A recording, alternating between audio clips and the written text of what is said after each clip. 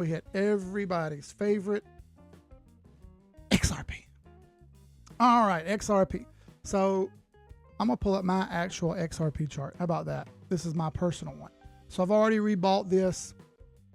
As you can see, she's threatening a breakout here. I like it. You can see my buy line right here. Why did I buy that? Well, she was fighting the moving averages. It held support very well. And since it held support the way it did, I did take a chance on this and get a little bit risky with my buy. Now, she's over all those moving averages and poking her head up, as well as stuck in the cloud. But that $3 level that I mentioned on the last live stream is now trying to get broken.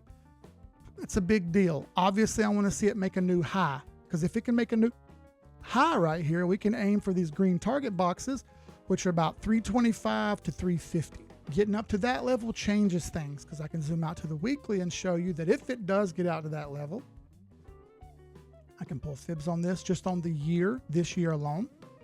And you see up here 1272, 1414, 1618 lined out at 425-ish, 420-ish, hey.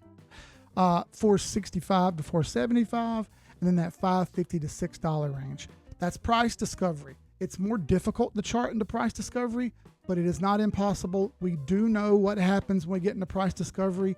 We tend to run to previously hit Fibonacci levels, and I'll show you as such. Now, previously in XRP's life, back to 2013 down to the bottom, what did you get? You got a run up. It went all the way through the normal take profit fibs, and it got all the way up to the 2 and the 2.72 fib. Perfect touch right there.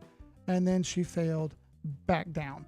When you're in price discovery, Fibonacci levels matter. Why? Because they're mathematical tendencies that repeat all through life, all through history, etc. If you ever went through a stoplight, they use an algorithm to determine when the stoplight starts, when the stoplight stops, and they do that based on math.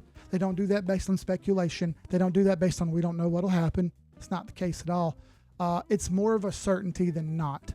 That's the way to look at it. Is it pinpoint perfect accurate? No, it's not. I'm never wanting to be pinpoint perfect accurate. I'm just wanting to get close, more close than 90% of people.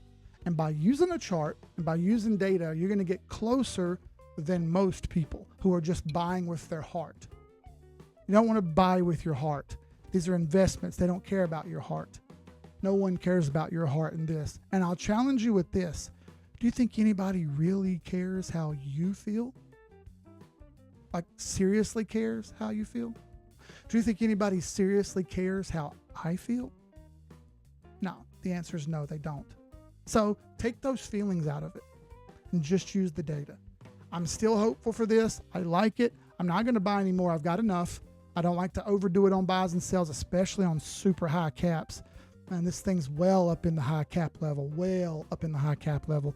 As this goes, it's going to get harder and harder to multiply. If this goes up to where I want it to, I'm going to get about 100% gain. I'll be pretty tickled with that. How about you guys? What do you think? Drop a comment below and let me know.